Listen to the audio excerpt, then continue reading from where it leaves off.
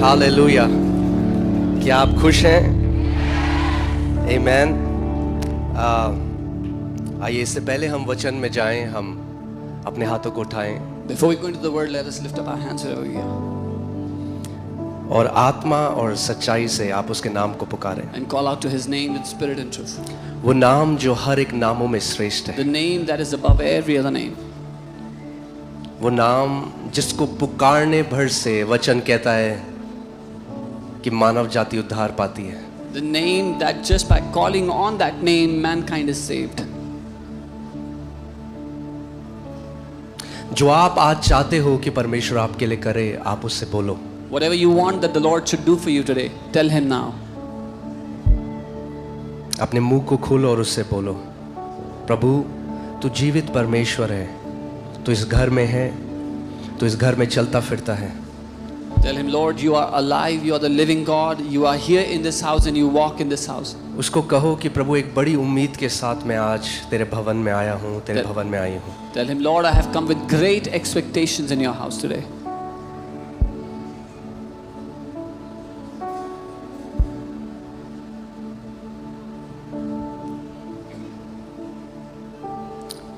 परमेश्वर पिता, मैं ये प्रार्थना करता हूँ कि एक भी व्यक्ति जो यहाँ पर उम्मीद के साथ आया है वो निराश होकर वापस नहीं जाएगा, यीशु के नाम में। Heavenly Father, I pray that each and every person that has come here, not even one would be disappointed from what they are expecting you to do. हर एक व्यक्ति अपनी प्रार्थनाओं के उत्तर के साथ जा रहा है, यीशु के That नाम में। each and every person is going back with the answer to their prayer in Jesus' name. तेरा वचन कहता है कि जो मनुष्य के लिए असंभव है वो परमेश्वर के लिए संभव है। Your word says that which is impossible for man is possible for God. हम आपकी स्तुति करते हैं, We praise हम you. आपकी आराधना करते हैं, हम We आपके worship नाम you. को उठाते हैं We परमेश्वर। lift up your name, Lord. आज का वचन प्रभु जिस भी भूमि में बोया जाए वो 100 गुना फल लेकर आए। Whatever ground this word that I bring today is sown, let it bring forth harvest. Let it bring forth fruit.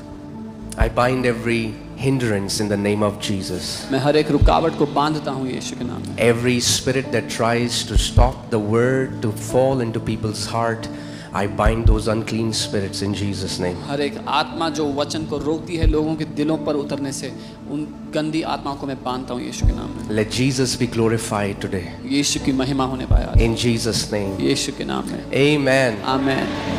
आप सब लोग बैठ सकते हैं। You all can be seated.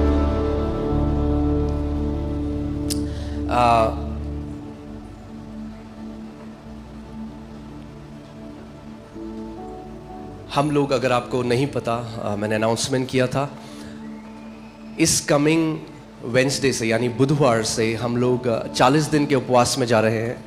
From the coming Wednesday, we are going to do 40 days fast. और उस fasting के दौरान हर सुबह मैं आके बुक ऑफ एक्ट्स में से सिखाऊंगा, प्रेरितों के कार्य में से सिखाऊंगा। And during the fast, every morning I will come and teach from the book of Acts. और बहुत मज़ा आने वाला है। And we are going to really enjoy this. Amen. पिछली बार अगर आपको याद है, जब हमने 21 दिन की फास्टिंग प्रेयर करी थी, तब मैंने इफिसियों की पुस्तक से, बुक ऑफ इफिशियंस से सिखाने की कोशिश करी थी। If you remember, the last time we fasted 21 days, I tried teaching from the book of Ephesians. और एक आयत में कई बारी 1 घंटा हमें लगा। And one verse took us an hour almost. मगर मैं सोच रहा था कि अगर उस तरीके से मैं अगर एक्ट सिखाऊंगा तो शायद 10 साल लगेंगे। And I was thinking, if we teach the book of Acts like that, it will take 10 years maybe. क्योंकि एक चैप्टर में, कई चैप्टर्स में 60 वर्सेस हैं। Because there are 60 verses in a chapter, for example. सो मुझे हर रोज एक चैप्टर हम लोग करेंगे फिनिश प्रभु के ग्रेस से। So by the grace of God, we will finish one chapter in a day. इसका मतलब मुझे थोड़ा जल्दी करना पड़ेगा, उतना डिटेल में मैं आपको नहीं ले जा सकता। That means I'll have to do it a bit faster. I'll not take you into that depth. आमीन। मगर आपको प्यार हो जाएगा परमेश्वर के वचन से। But you will fall in love with the word of God. आमीन। और ये जो स्टडी है, ये एक टोन सेट करेगी आज की कलीसिया के लिए। And this study will set the tone for today's church. Okay. और रात को 9 बजे से 10:30 बजे तक हम प्रार्थना करेंगे साथ में। From 9 to 10:30 at night we will pray together. और अगर सुबह चैप्टर खत्म नहीं हुआ तो फिर रात को खत्म करेंगे। And if the chapter isn't over in the morning, we'll finish it at night. Amen. Amen. Amen. So आज मैं आपको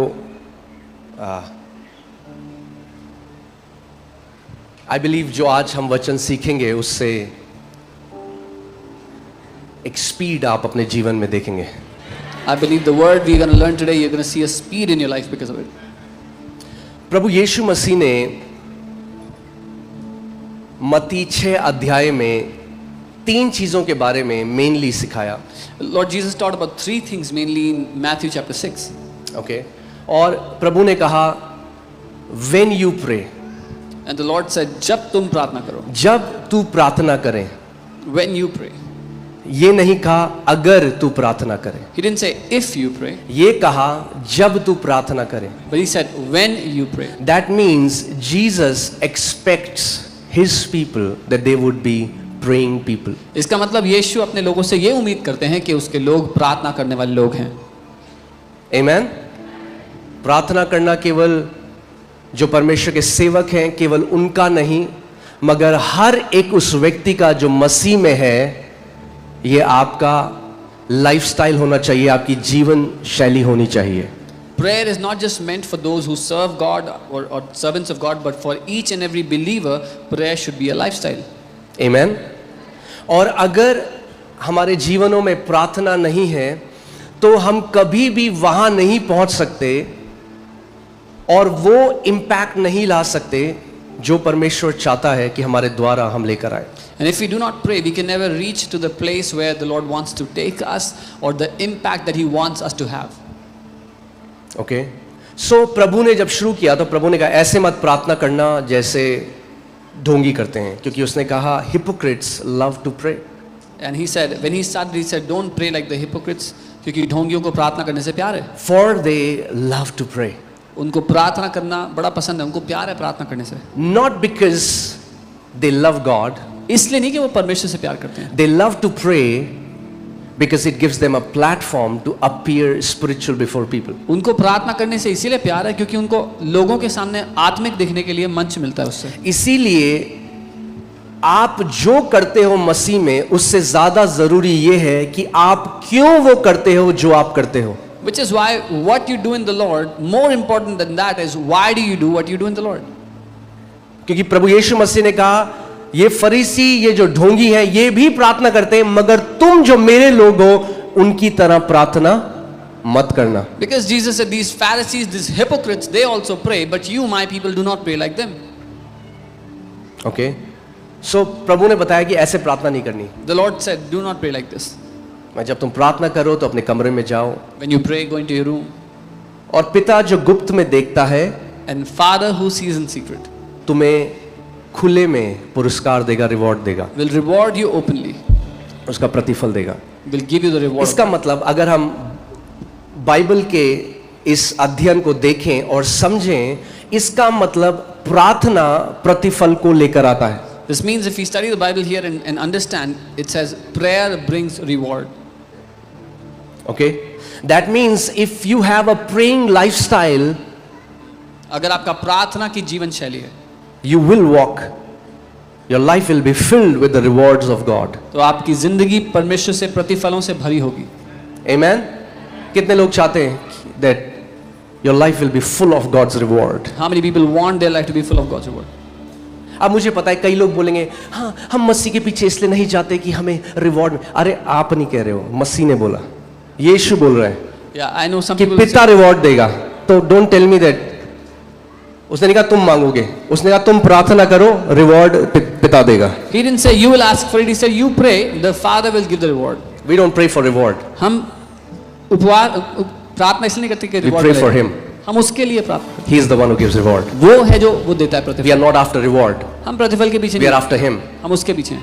But God is a rewarder to those who diligently seek him. लेकिन परमेश्वर उनको प्रतिफल देता है जो उसको लॉ लगाकर ढूंढते हैं। क्या करोगे आप? He is a rewarder. What will you do? वो प्रतिफल देने वाला परमेश्वर है। Amen? Okay, but इस पे मैं आज फोकस नहीं करूंगा। But I'll not focus on this today. मैं फोकस करना चाहता हूँ दूसरी बात जो प्रभु ने कही इसके बाद।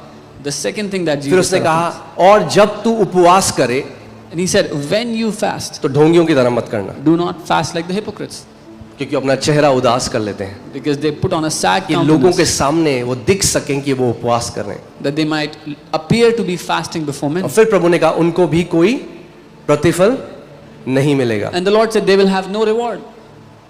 तीसरा उसने कहा कि जब तू दान करे, जब तू दे। Third, he said, when you give. So say this, PFG,